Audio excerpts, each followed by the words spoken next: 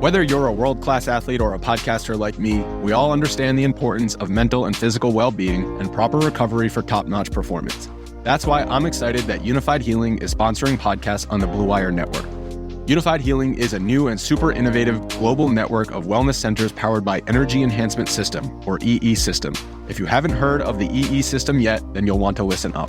This technology promotes wellness, deep relaxation, purification, and rejuvenation. Wherever you are across the globe, access to a center is easy and affordable. Interested in experiencing the EE System technology for yourself? Go to unifiedhealing.com/bluewire to learn more and find a center near you. That's unified, UNIFYD, healing.com/bluewire. No material or testimonials on the Unified Healing website are intended to be viewed as medical advice or a substitute for professional medical advice, diagnosis, or treatment. Always seek the advice of your physician or other qualified healthcare provider with any questions you may have regarding a medical condition or treatment and before undertaking a new healthcare regimen, including EE System.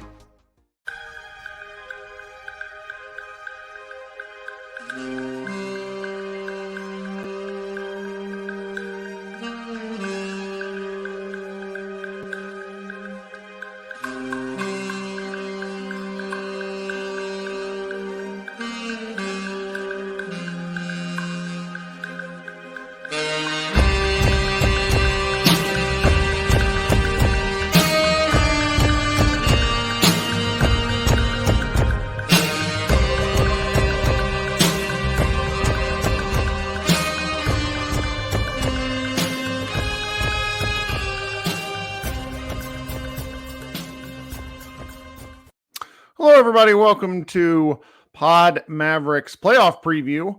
I'm Kirk Henderson, and I'm joined today by Matthew Phillips, contributor to MavsMoneyball.com. How you doing today, Matthew? I'm very good. Ready to take a nap whenever we get done. But other than that, I'm very good.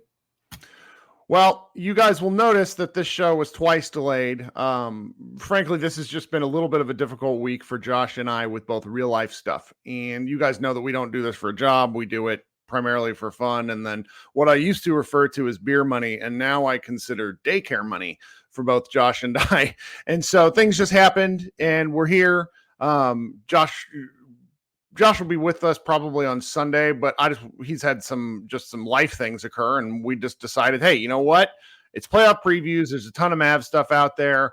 If anybody wants to see it, other sites like our buddy Iztok Franco wrote an enormous piece to everybody go read it. Dallas Magazine. There's lots of stuff out there if you're at all interested in what's going on in Mavs world.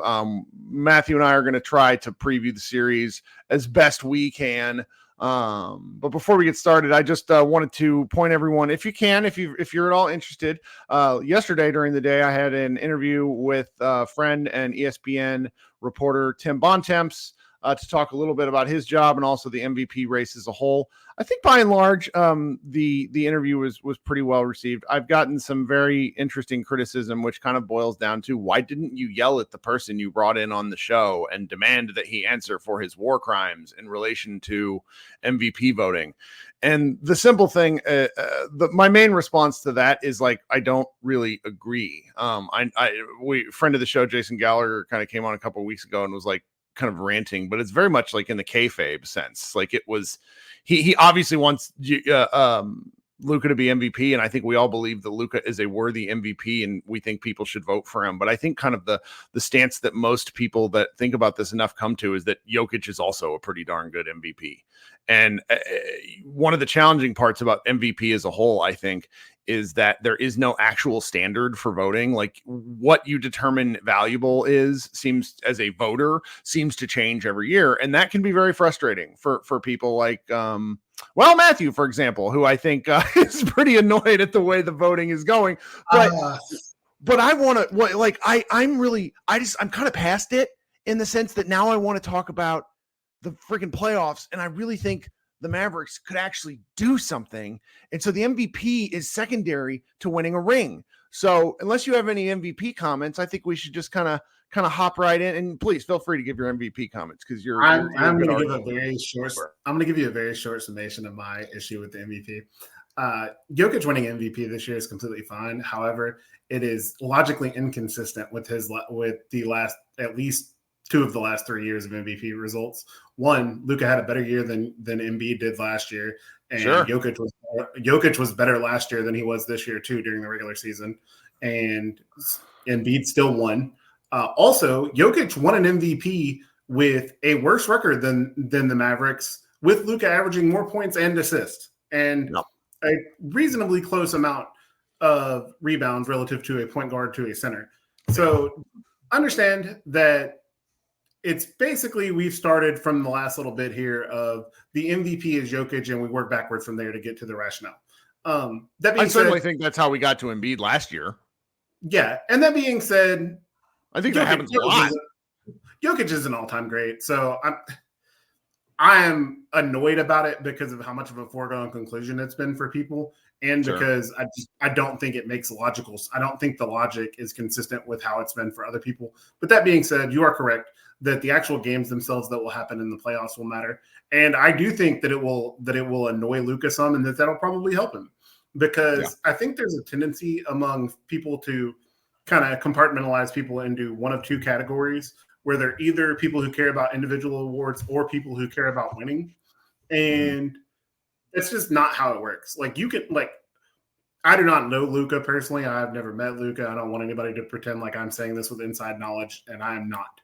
I'm not trying to sound more important than I am by any means. That being said, I think it will annoy Luka that he is not the MVP. Like, I think he does care about his place in the league and the level of credit that he receives. And I think, that being said, it's obviously much more important to him to win, but you can both want to win and want to be appreciated for your craft and for your dedication and at it. Absolutely. So I do think it's probably better for the Mavs if he doesn't win. Or I say if he doesn't win, he's not going to win. Like, the results are pretty much foregone conclusion at this point.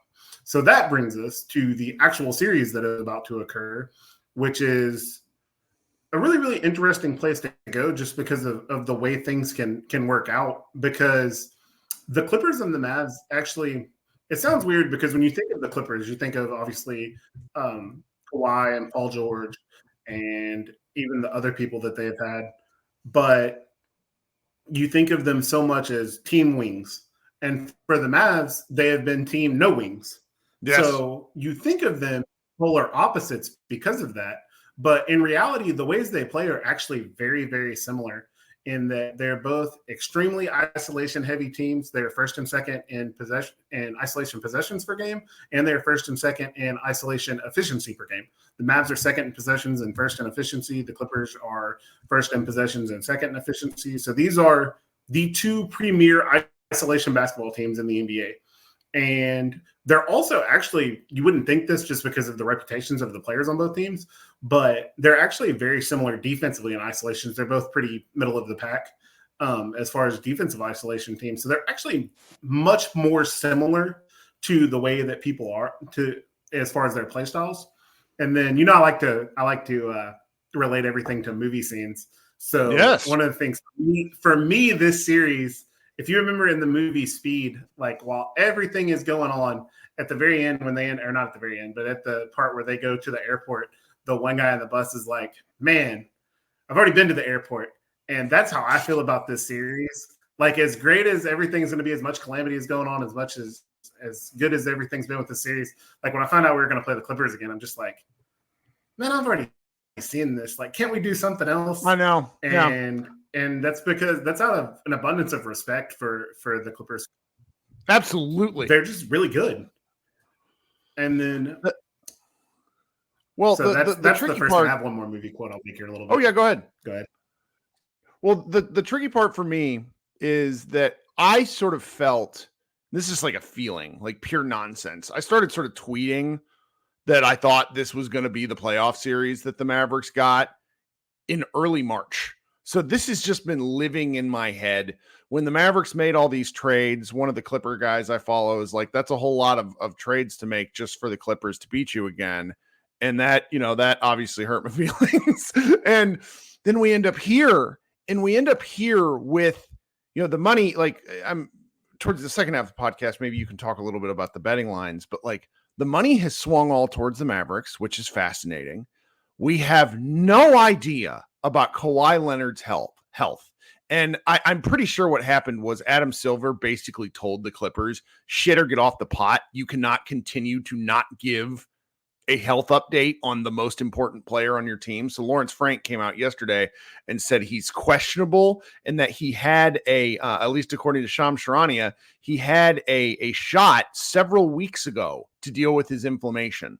Only his knee is still inflamed, but he is putting in the work. So it's like the Kawhi of it all hangs over this series like the sword of Damocles.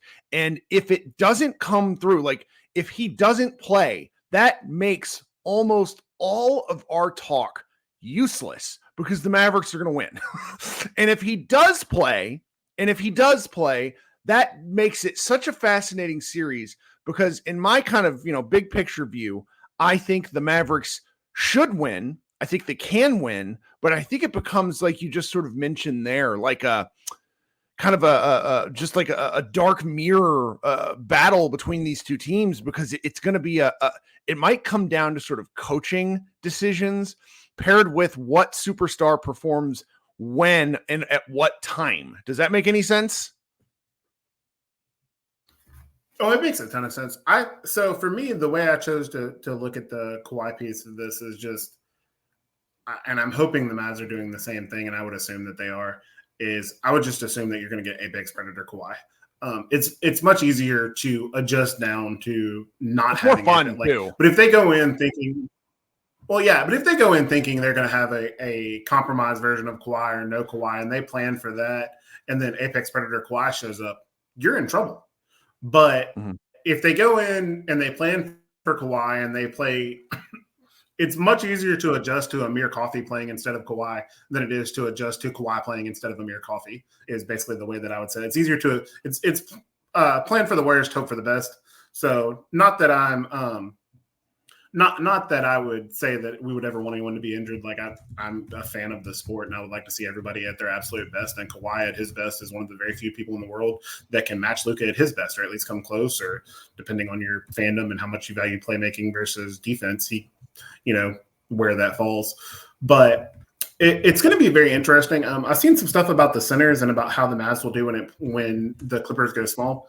I really think that the centers and how much they play on both teams is going to center on Luka and Kyrie. And the reason I say that is because obviously, if you remember the first couple of matchups, Luka played Zubac off the floor. Luka got making step backs. That's how the Clippers won the series. That's how they came back. It took Lou 3 games to realize that he shouldn't play.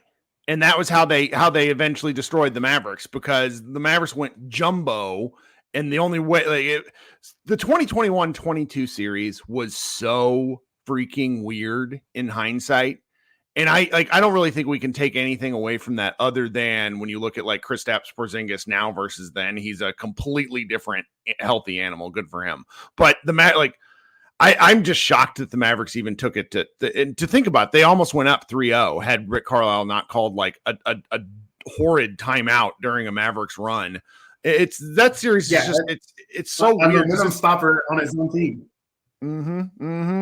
They stopped. I'm so excited to talk about this series and keep going. I brought you on. I want to hear what you have to say. Okay. So the reason that I said that they control that on both sides is obviously, so the goal would be for them to play the Clipper centers off the court, as far as, Zubac and anybody else that they would want to, Plumlee. If they can play them off the court, that's obviously an advantage.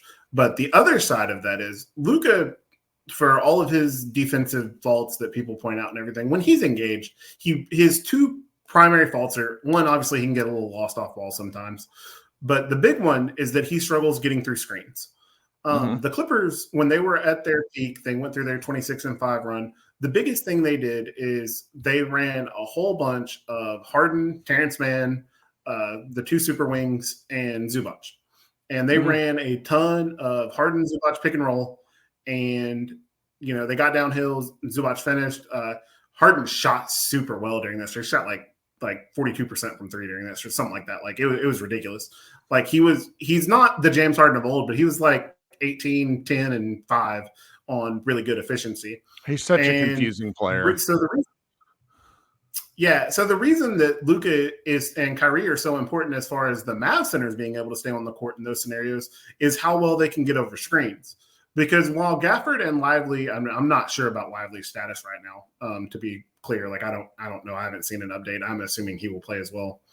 Yeah. But if they can't, they're athletic and mobile enough to move and play up at the level of the screen and everything. But by and large, for them to stay on the floor a ton, Luka and Kyrie are going to have to be able to get through screens because one of them is going to have to guard Harden. That's just, I mean, like I've seen, shout out to our man Panda Hank, who makes the best highlight videos of Mavs related stuff. Look him up on YouTube if you need highlight videos for stuff to get you hyped up for this series. But I'm assuming Kawhi and Paul George, those are going to require your PJ Washingtons and your Derrick Jones Jr.'s to defend. They're going to have to be focused on them, and I'm glad to see that Kid Said Lively is good to go. Yep. They're going to have to defend them. Means that one of Luka or Kyrie is going to get Terrence Mann, and the other one's going to get James Harden. And I believe that it's going to be Luka on Harden to start with, which will be interesting for a variety of reasons, to be honest. But the thing with that is it's going to put Luka's biggest defensive weakness at the forefront because Harden still uses a ton of screens and Luka struggles with ball screens. Now, the Mavs can counter that by switching some, but that will also make them go a lot smaller, which is why if Luka can get through screens, we'll see centers on the floor all the time. If he can't, you'll see a lot of, I think, PJ Washington and or Maxey at center. I think that's just the options that they have. So, in your opinion, is it Luka trying to get through screens, or because sometimes, like, let's just be candid, sometimes Luka doesn't try to get through screens and he wants to switch everything. I think for the Mavericks to really come out and punch the Clippers in the mouth, I think he'll need to get over them, and I think he can. It's a matter of, as our guy Xavier at Mavs Moneyball noted, the Clippers are just going to do it until he's worn out.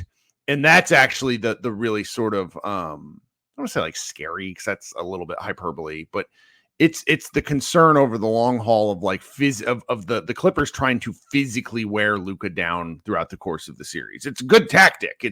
I'm just curious because we just don't see Luka engaged on defense for more than a certain number of possessions at a time. And I sort of think, just in my opinion, we've not played the Clippers since I think December. I think the Mavericks can really come out and shut the Clippers. Yeah, so I just think the Mavericks can come out and absolutely shut the Clippers down. Like, even if Kawhi is playing, I think they're capable of that. It's a question of can they execute early, and then what is kind of the counterpunch from Tyronn Lue, who is Josh Bowe has sort of noted, kind of and really a lot of people I've talked to, he kind of coaches down to who he's coaching against. And Jason Kidd is a little bit of a chameleon of a coach too, where sometimes it feels like he doesn't do anything for 30 games at a time. And then obviously the last several months, he's just been absolutely on point. So I really think the Mavericks can get this one early, but I also, that just feels like an insane statement considering that the Mavericks haven't actually beat the Clippers before. So you were going, that brings me to my other movie scene. Have you seen the movie for Schmucks? No, tell me. It's a dumb movie with okay. So the scene that I'm going to compare this to is at the end. There's a very dumb scene with I believe it's Zach Galifianakis and Steve Carell, and they play people who are not the brightest. And the principle of the movie is you have people who are essentially really dumb, and the higher up people make fun of them. Well, in this scene, there's a thing in the movie where Zach Galifianakis has been, he says he is mind controlling Steve Carell, and then Steve Carell tricks him and says he has brain control. And so there's a big scene where he goes in and he's like, everything you're saying, I'm saying it first. He's like, you're saying the same thing. And he's like, yeah, but I'm saying it first. And they go through there. All of that, the reason I say that is because the Mavs defense has gotten so good lately, but how the Mavs defense has gotten so good is that they take away shots at the rim. Like, they just don't let people go to the rim, and when they do a great job. They're the best team in the league at defending the rim right now, which is so crazy. Well, let me rephrase that. They don't get called for foul, which is a big league thing, and it's very weird for me because it turns out that it was not a decades-long conspiracy against the Mavericks that when everyone says that teams that play with force are rewarded, The Mavs are now a team that plays with force, and they're being rewarded. So it turns out that all of my ranting for years and years and years, I might owe an apology, but that's neither here nor there. So they do those two things, and they allow 3-point shots. Well, the Clippers don't go to the rim anyway. They don't shoot free throws, and they shoot threes. So it's basically like the Mavs are going to tell them, hey, this is what you're going to have to live on. And the Clippers are going to be like, hey, that's what we already live on anyway. That's what we do. So it's going to be weird because I think it's, as far as the type of offense that the Clippers play, it's basically going to be an extremely movable object against and I mean, it's just it's going to be very much the Mavs trying to make them do what they already do. The one caveat to that is they do like to use Zubac on the roll a lot, and the Mavs have become super elite at defending the roll man. They're like second in the league at defending the roll man as far as team percentages go. So I do think it'll be interesting there just to see stylistically the Mavs trying to make the Clippers do what the Clippers already do best. Mm-hmm. Yep. It's pretty interesting. I know somebody in the chat. Somebody in the chat said, "Kirk, are you saying Mavs in 4?" And I'm not that crazy, but I don't know, man. With the way the Mavericks close the regular season, and there's a lot of debate on this because there's a lot of people that cover the league that feel those last 20 games you start to see certain teams pull up. And the Mavericks came out of All-Star break really rickety. Do you remember how awful they started? Sorry, Matt and I are on a slight delay between when we're talking to each other. It's great audio content. No, sorry. Sorry, I try to mute it so that it doesn't have the feedback. I do remember the difficulties that they had early, but I also think a lot of that is just learning to play together, which the next thing that goes with that, and that I'm scared that this series is going to devolve into, and for all of the luminaries and all of the greatness that should be in this series between Luka and Kyrie and Paul George and Kawhi and all of that, it's really possible that this series comes down to a 3-point shooting contest between PJ Washington, Derek Jones Jr., Dante Exum versus Russell Westbrook, PJ Tucker, and Amir Coffey and Terrence Mann. And if that happens, I still like the Mavs' chances in that, but that's just hilarious. Like, just with all of that stuff going on. And that's the part. It's a little, I mean, we're being a little reductive here, but I think it's true. And this is where, like PJ Washington's confidence and his sort of, it's very Russell Westbrookian in the sense of the man doesn't seem to shy away from shots when they're not going in, which is probably good. Considering how many shots he will get over the course of this game. And he might have one of those sort of, like, do you remember Maxey against, I think it was like one of the first 2 or 3 games against Utah back in the year we went to the Western Conference Finals where he broke out of his slump. Was that like the 8 3-pointer game? It's like, what is going on here? And like, I sort of think that there's a, just completely out of nowhere. But I really think PJ might have a game like that in him. And that's like one of the ways that the Mavericks just break the Clippers early. I'm honestly not, it's not that I'm not worried because I'm sure the Clippers will draw tons of fouls, but the Mavericks actually have the defenders to throw against the Clippers because you got Derek Jones Jr., you got PJ Washington. Luka will probably spend some time. Maxey can guard down to the 3. Like, I don't mind Maxey guarding up scares me more than Maxey guarding down these days because frankly, since he's come back, since whatever, new toe he had grown, he's looked fantastic on his sort of side to side movement the last month. So I'm really bullish on what the Mavericks can do defensively against the Clippers. It just comes down to if these guys can somehow shut down Luka and Kyrie, which seems insane. I just don't see how the Clippers can do that even with their length. Can one of the other role players for the Mavericks show up just enough, pour in 21 points one night to really sort of break the Clippers back? That's where I'm sort of hanging out. And I see just the guys that the Mavericks have available compared to years past. And I just, maybe I am Mavs in 4. Maybe, I don't know, man. I haven't felt this bullish about this team in a real long time. The Western Conference playoff finals run never made sense to me, but I loved it. And so it's just like where are you sort of sitting right now with how you feel about the way the series can go? Because you've kind of given us both sides. What are your kind of early predictions? The Mavs are going to win this series. As long as they're healthy, the Mavs will win this series. The reason for that, like it keeps coming back to me, is one, they can't stop Luka. Kawhi is as equipped as anyone if he's healthy to do it, but that's not the way they play. And if you remember, a lot of times what they did the last couple times they played is they had him on Porzingis first, and then after Tim got hot, they put him on Tim to shut off the second guy. Which that brings me to the biggest thing about this, and it'll help with Luka not being worn down, is in the old games when Luka runs a lot of guard pick and roll because he likes to bum hunt guards. So what would happen is Luka would run a pick and roll with Tim so that he could pick Reggie Jackson off the menu, or Terrence Mann or whomever. Because Luka on a guard is actually a much bigger mismatch than Luka on a center. Like if you have Luka on a small guard, he's going to score the best possible scenario. Yeah. So the situation with that is what happened. A lot of those is Luka would go, he would create an advantage, he would draw help, and he would kick it back to Tim Hardaway Jr., who had a huge match. And then Tim Hardaway Jr. was still Tim Hardaway Jr., and he wasn't able to do a whole lot because he can't do a whole lot off the dribble. He can't create he's not a good passer. He's a good shooter. He's fine for what he is. But the big difference is now they'll run those same actions, but they'll run them with Kyrie. And once Luka goes and creates help and does all that, the person he'll be kicking it back to is Kyrie. And for all that Tim is and all that Tim isn't, Kyrie is a completely different breed, sort, whatever you want to say it. Kyrie is a different animal as far as getting the ball in those situations with an already bent defense. And that's why I don't think the Clippers will be able to handle it. For what you were talking about with the Mavs, it's the collective length and athleticism that they have and the connectedness that they have is what makes them special relative to years in the past. Because, yes, it really helps that they'll have PJ, because I'm assuming PJ will get the Kawhi assignment. It'll really help that they have him, who's both athletic and bigger. It really helps that they'll have Derrick Jones Jr., although Dorian Finney-Smith did a great job on Paul George.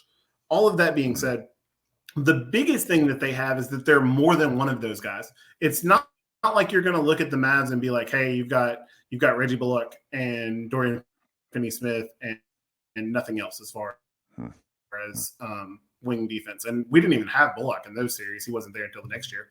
But the point of that is Dorian was kind of on his own because KP couldn't move. And then KP wasn't even really – he wasn't even playing that much towards the end. But KP couldn't move. The Mavs were playing Boban at center. There's just a different level of help, which allows you to have a different level of aggression when you have Gafford and Lively and Washington and Jones and Exum. Like the Mavs are a length and athleticism and Wade's team now, and that just makes them very, very different. Well, and I heard somebody told me, I can't remember who said this, but it was after the Warriors Sacramento playing game. And somebody said to me, if the Mavericks get the same whistle that Sacramento got against the Warriors in terms of being able to play physical, then the Mavericks are going to win the finals. And that just tickles me to pieces because we as Mavs fans, you've been a Mavs fan longer than I have because I didn't live into the area until the late 90s. But like a physical Mavs team is like an oxymoron. And the fact that Kidd he got the players, you got the athleticism, and that's what we were always wanting for. But these rule changes have benefited the Mavs in such a way, and I can't wait to see if they're, you don't really out-strength Kawhi Leonard. Like Luka and LeBron are probably like the only two wing-ish type players that can go strength for strength with Kawhi. But it's going to be really, really something to see in that regard, and I'm really looking forward to it. There was one, I had something right on the tip of my tongue. Oh, Kyrie Irving, which you brought up, I think is something that I've not talked about enough. And that's, Kyrie is almost like a fact of life for me at this point with these Mavericks, similar to Luka, where I don't talk about him enough because I just expect him to go do his thing. And he is going to extract his pound of flesh against the Clippers. It's a question of when. And lately, these last 20 games or so, he was doing it at the moment when teams were simply unable. And it's been really, really fun to watch. And I think that Westbrook, Kyrie Irving bench matchup where Kyrie is kind of leading the second unit might be one area where this whole thing is decided, because Westbrook is absolutely going to want to take it to Kyrie, and he's still such a physical player but he doesn't have Kyrie's skill. That much is obvious. So it's kind of a styles makes fights matchup, because I suspect they kind of spend some time guarding each other too. And I'm really looking forward to that element. Is that something that you have any interest in, or is that further down your list? No, that actually, yeah, that's a lot of fun. For both of them, they're both in fantastic shape. Like we're gonna use another movie thing. So I've always been a Coach Carter basketball fan, and that the whole will run, he makes the team run, and then being in shape and all of that. Westbrook and Kyrie are both in just fantastic shape. So they work, they run. That's Westbrook's greatest talent at this point in his career. Westbrook will be a absolutely worthy Hall of Famer. He's going to be like if the NBA had a real Hall of Fame, where people that actually should be in the Hall of Fame make it. No offense, Michael Cooper, you have no business being in the Hall of Fame. That is just utterly insane. But Westbrook will absolutely deserve to be there when he eventually gets enshrined. But he's not that guy anymore. He's a different player, but he still plays super hard, and his energy is a really big thing that's super important for the Clippers. Ben at Matt's Moneyball is a big Westbrook fan, has been a big Westbrook fan, wanted the Mavs to get Westbrook. But the big thing for him is just how hard he plays. I mean, and that as a fan, that's one of the few things you can look at and see and be like, hey, what can I do? I can't do that. I can't make shots. I can't do any of this. I can't set a screen. I can't do any of the stuff that the level NBA players do. But in theory, we can all think that we could play hard. I'm not in good enough shape to play it anywhere near as hard as they do. But the point with that is that's why people love people who play hard. Absolutely. And for whatever faults he may or may not have, Westbrook plays as hard as anyone's ever played this game. And those matchups will be fun because that's also part of Kyrie is just they run. The Mavs run so much and they get in so much transition because of how hard he runs and how hard he works. So that will be really fun to watch. I would give the Mavs an edge there just because Kyrie's better than Westbrook in 2024. Well, Kyrie, I don't. One of the wilder stats about Kyrie this year, I've not seen the updated numbers, but 2 or 3 weeks ago, I saw some numbers on his 3-point shooting in transition, and he's shooting something like 42 to 44% on pull-up threes in transition. That has just been an absolutely murderous weapon for the Mavericks this year because he's done it at times, and occasionally it feels like a very much the old Jason Terry, no, yes kind of shot, only it might be an even better shot than Terry because Kyrie's just a lot quicker. And I'm really looking forward to that element. We have a gentleman who might be in the chat right now, Henry, who is a big Kyrie super fan. And he's been telling us, he's like, you gotta wait and see for playoff Kyrie. And I'm really looking forward to that because I think that the final thing we should sort of talk about here is playoff Luka Doncic. We've talked a little bit about his defense. We've talked a little bit about what he could do on offense, but what we've not done is pay respect to the man in terms of in his 28-game playoff career, he has, I'm pretty sure, is the second highest playoff scoring average behind Michael Jordan, 32.5 points per game. And these stats a lot better than I do because you spend more time in them, Matthew, but this one absolutely kills me. Do you remember in the 2021 series, that's the series where he averages nearly 36 points, 8 rebounds, and 10 assists. He averaged 36 points while shooting 53% from the free throw line. And that absolutely cracks me up. It's just Luka's such a video game when you look at his numbers, and against this team with how he's playing this year, he always seems to raise his game in the playoffs. The Clippers ought to be really scared because Luka's shooting is on point. He's going to have 2 weeks to where he can rest, and he's going to come out guns a-blazing. And I wouldn't be shocked if they just come out and punch the Clippers right in the metaphorical mouth that forces Ty Lue almost immediately break his game plan because that's how good Luka Doncic has been in the playoffs. For his career in 28 games, nearly half of those games are against the Clippers, by the way. He has 32.5 points, 9.3 rebounds, 7.9 assists on a 55% effective field goal percentage and a hysterical 37% from three-point range. He's just an absolute monster. What kind of Luka do you think we're going to be getting in this playoffs? The best player in the world. Just to sum up, I expect the best player in the world. Jokic has that belt right now, and he deserves it. Whether or not he deserves MVP, he absolutely deserves the best player in the world title belt right now. I think at the very least in this series, because one of the things that's baked into how the Clippers play is they don't double or hard trap, and because of that, I mean, it's Luka gets to pick whoever he thinks is the worst defender, and he goes at them. Which it's also we have not one thing we have not brought up that is a major difference in my opinion from the previous matchups to this one is Nicholas Batum is not on the Clippers anymore.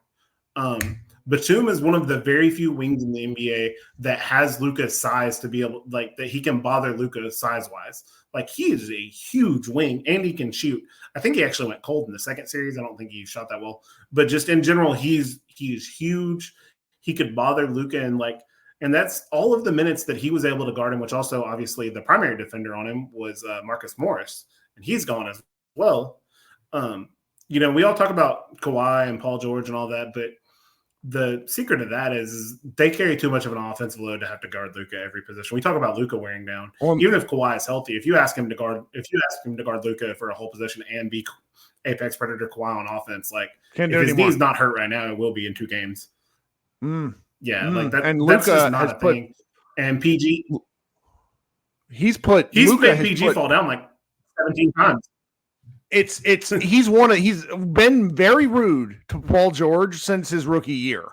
I want to say Paul George was the first player he put on his ass in a big way. I could be misremembering, but I feel like he's had Paul George's number for years.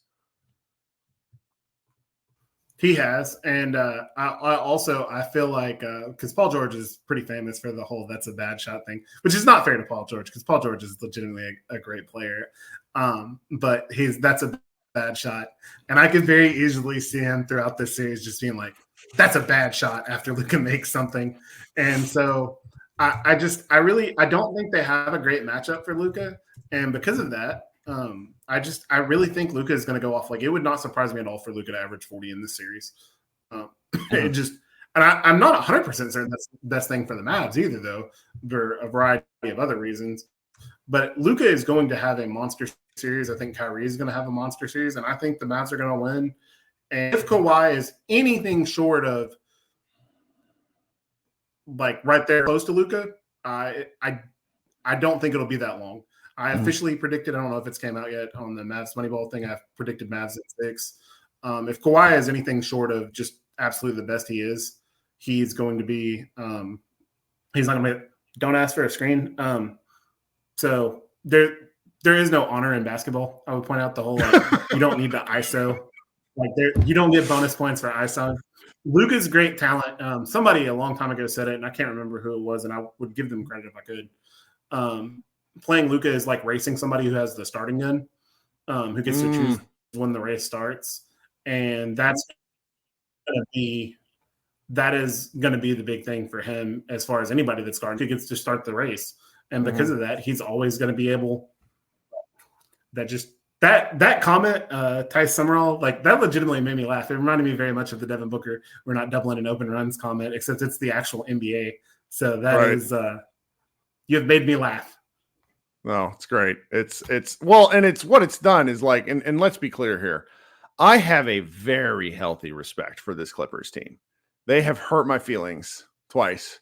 Game 6 Kawhi in 2022 was one of, if not one, it's one of the most underrated playoff performances ever, only because the Clippers go on to the next round to shit themselves.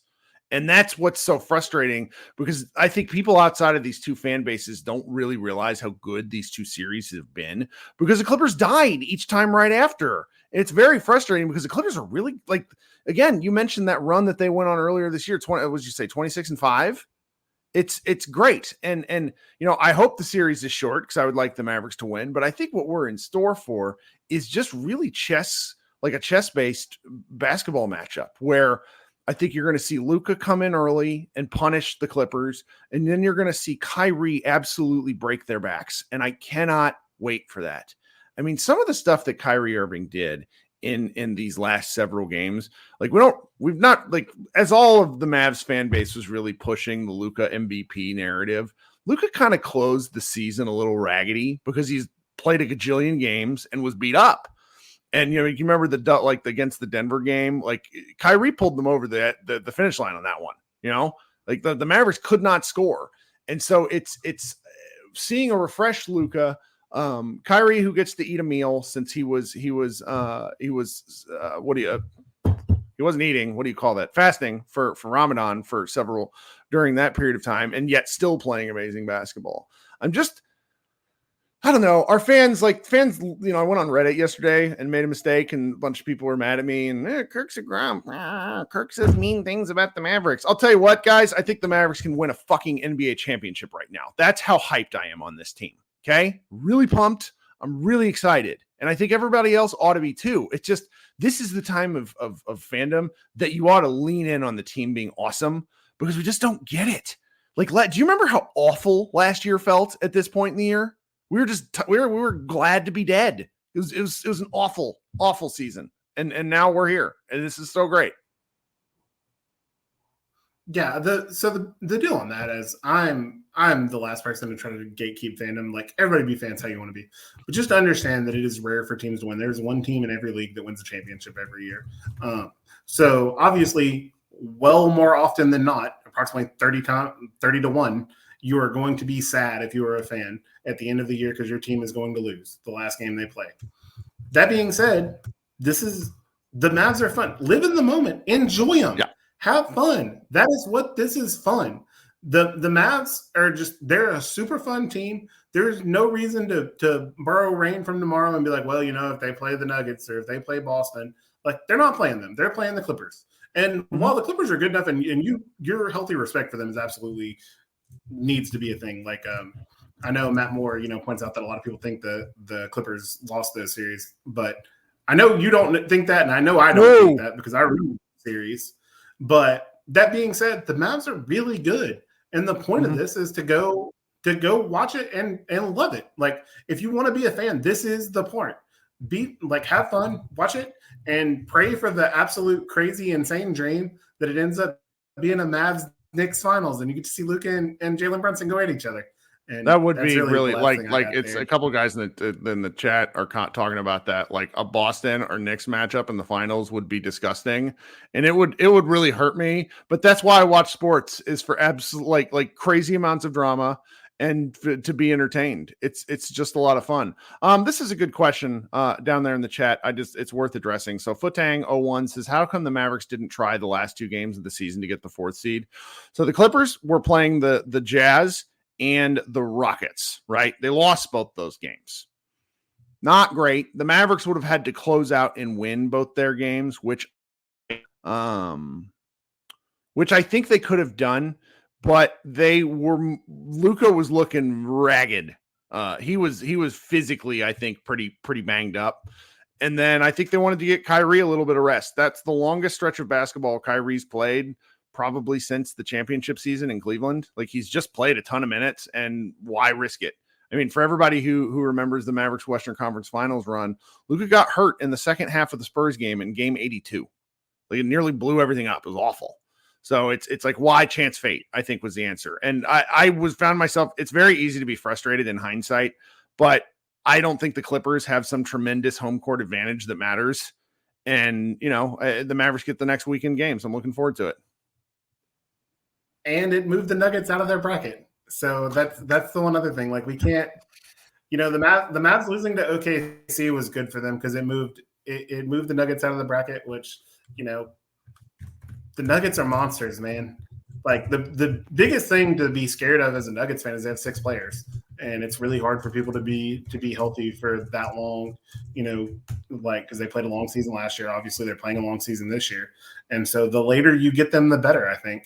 But that's obviously thinking way far ahead.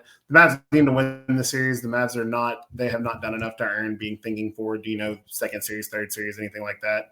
But this is it's just time to be fun and enjoy it. But it is also a nice little caveat to see that, hey, in the second round, the Nuggets are further away. There's a better chance for somebody to upset them. And I really, if it does go that far, if the Mavs do happen to get there, I think Mavs and Thunder is a really, really fascinating series. Oh, yeah. And I would really, really like to watch it. Mm-hmm. I saw one. We'll worry about that later. I saw one really hilarious, because I mean, I love reading Twitter comments, even the mean ones, where it was like somebody, it was in reference to Luka, but it said, "Fat boy better get to the finals now because this might be the easiest path he ever has." And that cracked me up, because when you looked at like the race 2 weeks before, it was like, oh no, the Mavericks have an impossibly hard path to the playoffs. Then the Nuggets messed around and lost to the Spurs. And I think Mavericks Thunder would be truly fascinating in a second round series. And then I do think the Mavericks can beat the like Denver or anybody on that side of the bracket as well, even though I can't believe I'm saying that. Like the Wolves just owned the Mavericks the first half of the year before they got bigger with PJ and with PJ and with Gafford. So it's, you know, I don't want to project ahead too far, but that comment I think is actually pretty on point, because it's like, if you're outside of the Timberwolves and the Nuggets, on that's like two of the best teams in the league before you get to the Western Conference Finals, like that's pretty amazing. You there? I will never be scared of playoff Rudy Gobert. Okay. Yeah, I will never be scared of playoff Rudy Gobert. Yeah. Oh, we got some. Well, I mean, that's what, and that's why I keep thinking about that comment where it's like the Western Conference is only going to get more ridiculous every year. Like this year, it feels like 4 of the teams that are not in it are not in it due to like injury related reasons. And the Mavericks have had mediocre health, not good, not bad. But then you look at like the Thunder, like the dirty secret that a lot of Mavs fans really focus on in terms of the SGA MVP argument, which I think is fair, is that the top 10 players on the Thunder all played 70 plus games. Like that's going to help you win a whole bunch. Whereas the Mavericks missed Kyrie for 26 games. They missed the Maxey for nearly 38 games, something like that. So it's really just like injury luck is just such an important factor in the playoffs. And you know, let's look forward to this. Do you have any closing thoughts before we get out of Dodge?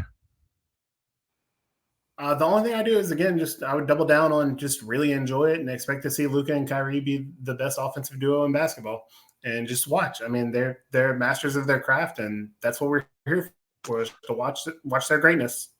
So I think the last time 2 teammates scored 40 points together in a playoff series or in a playoff game had to have been the LeBron Kyrie 2016. I could be wrong on this, but I hope we get 7.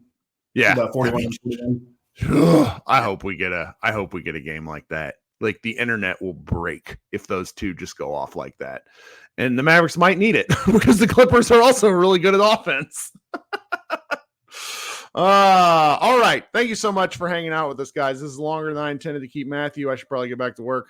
But it's a little quiet Friday afternoon. So we'll see here, guys. Please be ready to tune in to Josh and I, or maybe Matthew and I, if Josh can't go, after the Mavericks game. They play at 2:30 Central on Sunday, which is just kind of the marquee slot. Can't wait for that. That means not podcasting till 2 a.m. Love that. It means I get to go to bed. I'm old. Thank you for joining during the day, everyone. And for anybody listening on the podcast stream, just be looking for that Tim Bontemps interview if you haven't heard it. I thought it was fun. Tim's a nice guy. All right, we'll be good. Everybody have a great first part of your weekend. Enjoy Saturday basketball and maybe some sunshine, and we will talk on Sunday. Go Mavs.